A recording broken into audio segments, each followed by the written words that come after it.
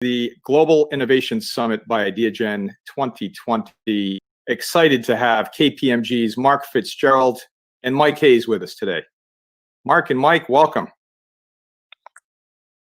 Thank you, George, and hello, everyone. I'm Mark Fitzgerald. I'm a principal in KPMG in the US. I'm joined today by my friend and colleague, Mike Hayes.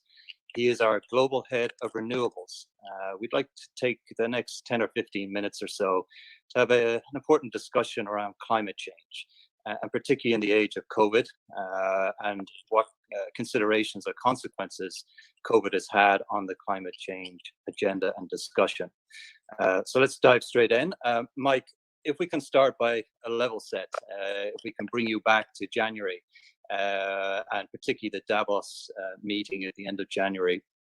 And it was clear there that climate change was a dominant topic. Indeed, it was the majority of the key risks that the World Economic Forum identified in this year's Davos. If you can kind of paint that picture for us in terms of the context of the climate change agenda, and then bring us forward the next 3 or so months, and here we now are in early June, and the world looks very different, and perhaps how the climate change agenda and discussion has also been altered. Thank you, Mark, and you bring back some very happy memories where I was able to meet people and socialize in Davos, which seems like an age ago. It was only the end of January, and I had the great pleasure of being one of the KPMG representatives of Davos this year. And I came away from Davos this year very, very enthusiastic about where the world was going in climate change. I've been involved in this industry for over 20 years, very much back to the late 1990s when the whole renewable revolution started. In those days, we was talking about the ozone layer, and eventually climate change entered into the popular terminology. Many years of frustration and waiting for the world to really recognize what was happening, and I always felt it was too few of us really championing this whole agenda and understanding the risks that are inherently involved on the climate agenda. Roll forward to 2019 at Davos, so that year it very much started to rise up to the top of the agenda. But by Davos 2020, everybody was talking about it. But more importantly, people were starting to recognize the real risks, that lay with climate change. And we talk about physical risks and we talk about transition risks. But whether it was representatives from the private sector, from listed companies, global citizens, governments, and multilateral institutions, real recognition that we had crossed the Rubicon on climate change. We were going to stop talking about it. The focus was on solutions, and there's lots of incredible work going on around the world. Now, for me, Mark, it wasn't just Davos. I would say in KPMG, over the last 6 to 9 months, we had noticed a really fundamental shift in the corporate world. Corporates, started to talk about and embrace things like the ESG agenda, and the investment community would talk about responsible investment for a number of years. But I have to say, in the last 6 to 9 months, everything changed. And for a number of different reasons. Corporates started to react to climate change, and more particularly started to focus on what we call the decarbonization agenda, and started taking meaningful actions on this agenda. And why was this? I would say a number of different reasons. I think the pressure that we're getting from their own stakeholders, in particular their shareholders, was a predominant but not the only feature of this. The second one was employees, and we would have seen this at certain big US technology companies where employees really started to demand action from their employers on this agenda. And thirdly, but by no means least, supply chains. And different parts of a supply chain would exercise pressure or influence, whatever you want to say, on corporate customers. So what we had seen, Mark, was really a fundamental shift in literally throughout the world, and I work a lot with US headquartered corporations, very much in the US, but also everywhere else, where we had gone beyond the talking phase into actually figuring out what were the actions we needed to take around climate change. So that was, so I'm starting off this discussion trying to paint a somewhat happy picture and maybe a rose-tinted picture of what the agenda looked like. So as we moved past Davos at the end of January, I was incredibly optimistic and enthused about where we were going on this whole journey. So Mike, I just want to come back to three areas that you highlighted just there: risk, financing, and solutions. Maybe you can unpack those three areas a little bit more. Let's start with risk. Certainly, the risk dynamic in terms of the linkages between risk mitigation and business strategy has been present for many years. And you've highlighted the kind of inclusion and expansion of climate with respect to that agenda. COVID is now part of that as well. And I think it's fair to say, certainly in the corporate world, but increasingly so in the public sector arena as well, something like a pandemic was a known unknown, if I could put it that way. It was relatively low probability, but high impact. But it wasn't an unknown unknown. So how do we now connect COVID and the risk agenda within the corporate boardroom and see how it will play out in terms of how corporates will respond to that particular impact and align it with climate in line with the overview you just provided. Then if we get into financing, if you can maybe say a few words with respect to, you mentioned stimulus packages or relief packages as they were in the very first phase, and how that will start to have an influence with respect to the climate agenda. And then once we've done that, perhaps we can come back and touch on the solutions you're already seeing put in place, but also what we then might see in terms of how that will change over time. But let's start with risk to start. Yeah, there's a lot in there, and all good and very relevant points, Mark. So let's take the risk point. And I actually want to make a very important distinction between COVID-19 and climate change, first of all, just to highlight while COVID-19 is a risk, there's a slightly different type of risk and a more fundamental risk with climate change. With COVID-19, as you know, there's been a lot of debate and discussion around the question of a vaccine, and God willing, we will have a vaccine in place, sometime, hopefully sooner rather than later.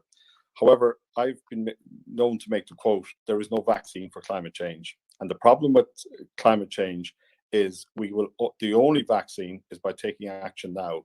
When climate change really starts to bite, and when we get past the point where everybody now sees it as a fundamental risk, which will happen and in the not too distant future, the problem is that it will be too late to take action then. This is why people like myself and various global organizations, and I highlight somebody like Mark Carney, the former governor of the Bank of England, now climate change commissioner with the United Nations, and many others across the world, including in the United States, have been highlighting just how serious this stuff is.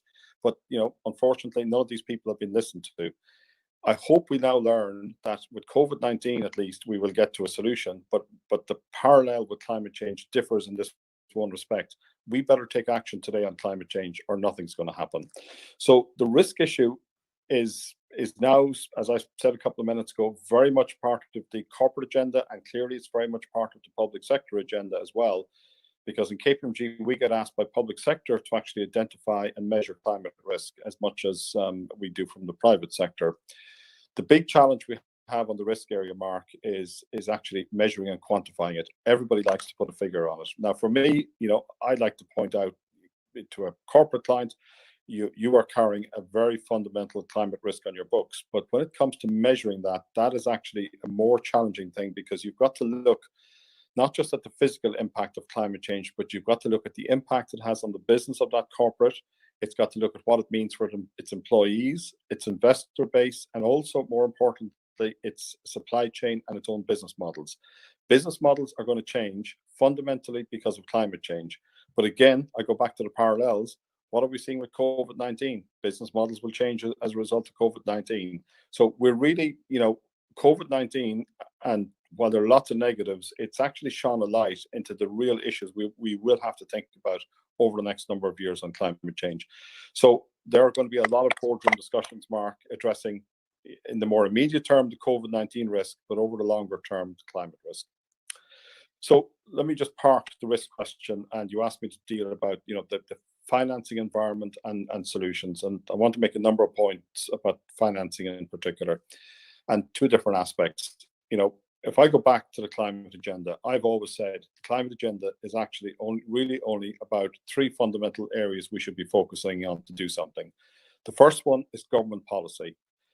The second one is mobilization of capital to actually affect the solutions that we're talking about. And the third one is innovation. And as you know from many previous discussions, Mark, I feel very, very passionate about innovation, but that's not the discussion for today. But it is, if we're going to get to the so-called net zero society in however number of years, it is not going to happen without innovation.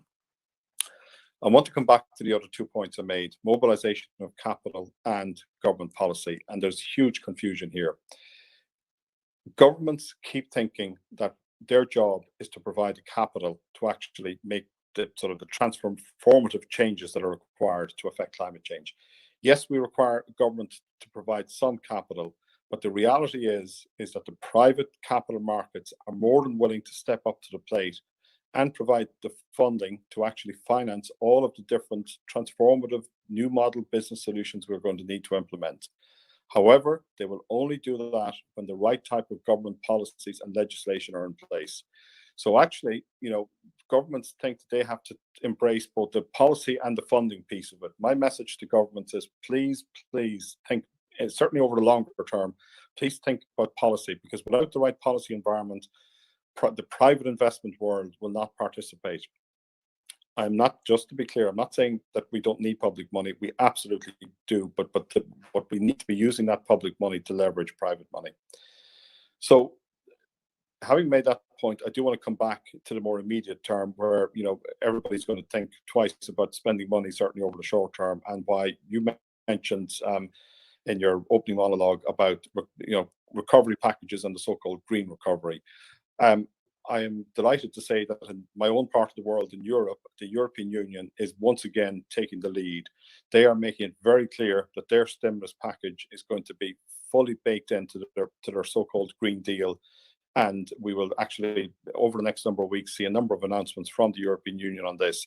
I think they're leading the way, and they're showing governments all over the world the way it needs to be done. Because if we really believe in the risk around climate change, spending a whole set of new billions, if not trillions, rebuilding our economies, and in particular focusing on infrastructure investment without understanding climate risk and the green agenda, then it's money going down the drain as far as I'm concerned, because it's something we'd have to revisit. So for me, that is an incredibly encouraging development, and a number of other governments around Europe and elsewhere are actually thinking along similar lines. Yeah. So that is the financing piece of all this, Mark. And then you come to the solutions, and probably the toughest question of all, because you know, it's not that simple to just decarbonize your business, or if you're a country or a municipality, to decarbonize your region. But the good news is there are actually lots of different solutions out there. And I'd also make the point that some of these solutions actually involve saving money rather than spending new money. I'll give you two examples just to reinforce this point. We're all well aware of corporates around the world converting from conventional energy to renewable energy, and the so-called desire to be 100% renewable. The point that is not made often enough, in my opinion, is that because we have now reduced the cost of delivering renewable power so much over the last 5 to 10 years, implementing these corporate renewable power purchase agreements at a corporate level will actually, in our experience, reduce your electricity bill and provide long-term pricing certainty as well, because you're actually buying into a fixed contract price for a particular period of years. The other example, and the one that probably causes me the greatest frustration in terms of solutions to climate change, is energy efficiency. Here again is an area where, if the right energy efficiency technologies are deployed in corporates right throughout the world, time and time again, we've seen that it actually reduces costs, reduces energy costs, and by extension, reduces emissions from the use of fossil fuel-based electricity. It is still a sore point for me that not enough corporates actually have embraced the possibilities around those two areas. So looking back to the wider area of solutions, there's a lot of different solutions, Mark, and we probably don't have time to get into all of the detail here. I've mentioned two of them. The other area that really excites me is this concept of a circular economy, which is taking what was previously waste, which we might have sent to something like a landfill, and actually using new technology tools, understanding the composition of that waste and understanding the role and the possibilities for converting that waste into new manufactured product, allowing that same waste to re-enter the cycle again rather than being used as landfill waste and resulting in further emissions. So lots of potential around solutions, lots of focus as well, I should say, Mark, on the measurement of carbon, and people are getting better and better and more focused on actually understanding the carbon emissions from every single part of their business, because that's important in terms of your interactions with shareholders, with the financial community and others. And the better and the more sophisticated we get at measuring carbon, the more focused we will come on delivering solutions. Thanks, Mike. And what I'm hearing is really a lot of normal discussion around what you would expect to hear in a corporate boardroom within executive management that would have probably excluded issues around climate 5 or 10 years ago. What I'm hearing from you as you went through that kind of overview of risk discussion and analysis, financing in terms of the revenue flows and how you can bring efficiency, job creation, economic growth and development into that agenda. And then you highlighted some solutions. What I'm really hearing is, a lot of kind of business as usual discussion, tone, and examples. So maybe to conclude this power discussion on climate in the age of COVID, perhaps you can, give your overall insights of how you think this discussion, this agenda will evolve over the next 12 to 24 months in the context of everything that you've summarized for us so well, and not forgetting, of course, what we've all been through over the last 3 months. Yep, very happy to do that, Mark. So, going back to my description of my moods on this interview, where I spoke about my optimism at Davos in Switzerland this year, my sense of desperation and frustration once the realities of COVID-19 began to strike, and subsequently, as we've gone through the crisis, my renewed sense of optimism and purpose about the climate agenda. So I think the climate agenda is going to continue to grow and grow over the next 12 to 24 months. I think it's going to come at 3 different levels, Mark. I think corporates responding to pressures from their various stakeholders, but also, to be fair, corporates understanding that it is the right thing to do is going to drive the agenda. And I'm going to come back to something which I think is very significant that some corporates are doing in a second. Secondly, the fact that governments are immediately thinking of climate in the context of stimulus packages is very encouraging. And I believe that governments are going to play a continuing active role together with organizations like the United Nations and the European Union in driving the climate agenda. And thirdly, I have spoken at length about what I call climate consciousness amongst the global citizenship. People in the street understand the climate agenda better than many people have given them credit for. So I think we're going to increasingly, again, post-COVID-19, along with health, see the climate agenda rise to the top. I don't think the populations around the world are going to tolerate inaction on something which they now understand can impact on their future. So I want to come back to one particular point, Mark, if I could, which is something that's been around for years, but it's now becoming much more pronounced. And there are leading corporations, and I won't name names, but some of the biggest and best known corporations, particularly in the US market, are doing something that I think is very significant. They are really driving change, not just in their own organizations, but right across their supply chain. They are now saying, we are not going to deal with you as a participant in our supply chain unless you meet certain standards. And they're in reality imposing their own standards on their supply chain. And I'd say, well done. That is the way to go, because it's only when real pressure, and ultimately pressure is often financial, is brought to bear on people who are not participating on this agenda will we drive real change. So that for me is one of the big things that we're going to see more and more of, and more large corporations are going to participate in this. We're seeing, by the way, Mark, something similar in the financial world, where central banks and organizations like the European Union are actually behind the scenes taking meaningful action to redirect and reorientate flows of finance from unsustainable to sustainable business activities. So I'm now back to where I was in January 2020. Yes, we've suffered a terrible, terrible couple of months, and we should never forget it. But equally, we need now to focus on the climate agenda going forward. Excellent, Mike. Well, with that very balanced yet optimistic outlook, I wish to thank you for your insights today, and thank you to the audience for your participation. Thank you.